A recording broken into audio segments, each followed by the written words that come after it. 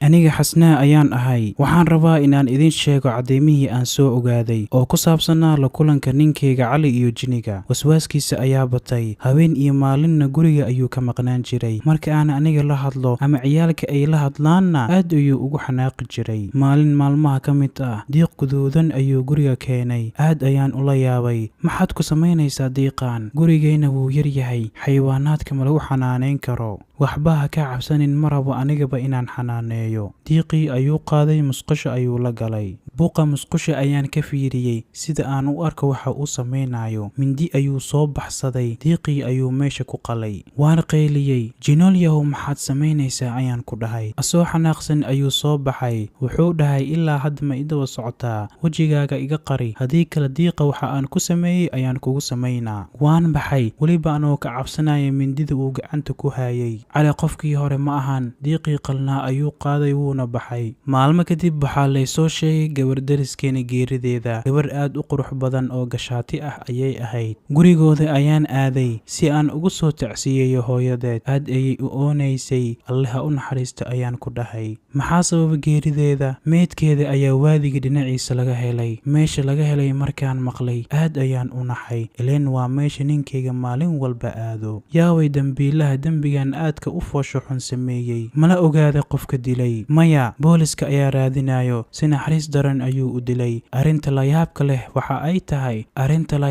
waxay tahay qofka dila dhiigga dhan ayuu ka miiray. Diiq guduudanna wuu agdhigay. Caqligal miyaa midaas? Booliska waxa ay sheegeen dilaaga ujeedo kale inuu ka lahaa. Gabadhayda cadow ma qabto. Dadka dhan way jeclaayeen. Hadalkaas markaan maqlay, madax xanuun ayaan ka qaaday. Waxaan isweydiiyey qofka sidaa sameeyey. Guriga ayaan ku soo laabtay. Waxaa hubaal ah inuu ninkeyga geystay dembigaas. Qof kale sidaas ma samaynayo. Qolka ayaan soo galay. Waxaan arkay Cali oo kursi ku fadhiya, koob dhiigna gacanta ku haya. Adigaa dishay soo maahan? Dhiiggeeda miyaa? Haa, gabar dhoorson dhiiggeeda ayaan raadinayay. Iyadaana munaasab noqotay. Adiga qalbigaaga naxariis yar xitaa kuma harin miyaa? Koobkii ayuu dhigay. Wuu soo istaagay. Wuxuuna igu dhahay, haddii aad hadalka badiso adigaa ku xigo. Afkaaga qabso, wax kasta idinka dartiina ayaan u samaynayaa. Waan garan waayey waxa uu samaynayo. Cali gacanku dhiigle ayuu noqday. Haddaan la hadlana si naxariis daran ayuu ii dilayaa. Waxaan joojiyey inaan dabagal ku sameeyo. Inaan aad uga cabsaday ayaan bilaabay. Nolosheeda khatar ayay ku sugnaatay. Maalmo ayaa ka soo wareegay. Xaaladana way degtay. Dariskana wax kasta way hilmaameen. Laakiin mid ka daran ayaaba dhacday. Canug yar oo markaas la dhalay ayaa gacantiisa laga gooyey. Sidaasna ayuu ku geeriyooday. Markaan maqlay aad ayaan u ooyey. Waan awoodi waayey inaan u tago anoo dacwo ka ah ninkeyga. Laakiin waan is adkeeyey. Tacsida ayaan soo gutay. Dadka tacsida ka soo qayb galay ayaan ka maqlay ayagoo dhahaya, canugan yar asigoo nool ayaa gacanta laga gooyey. Xanuunka dartiisa ayuu u dhintay. Laakiin dambiilaha sidee ayuu canuga ku helay? Habeenkii ayuu afduubtay. Guriga gadaashiisa ayuu gacanta kaga gooyey. Meesha ayuuna kaga tagay. Ciddii ayaa qaylada canuga ku soo kacay, weliba asoo naf ah. Xaaladda way isbedeshay. Baryahan dilalka ayaa nagu soo badanayo. Dhammaanteena waa inaan taxaddar muujinaa. Haddii kale anaga ayay sidaan nagu dhacaysaa. Mar kale in ay dhacayso ma rajaynayo, maadaama uu dambiilaha naga agdhow yahay. Booliska ayaa qabanayo. Guriga ayaan ku laabtay. Cali maba joogo. Habeenkiina maba imaan. Waadiga magaalada ayaan aaday. Waan ka soo waayey. Waxaan u malaynaa markaan inuu baxsaday. Maadaama uusan joogin, waxaa qasab ah dhaqdhaqaaq inaan sameeyo. Booliska ayaan wacayaa, wixii dhacay ha ka dhaco. Ilmahayga ayaan watay. Guriga ehelkayga ayaan aaday. Waxaa qasab ah meel aan isku ilaaliyo inaan helo si aan u fadeexeeyo.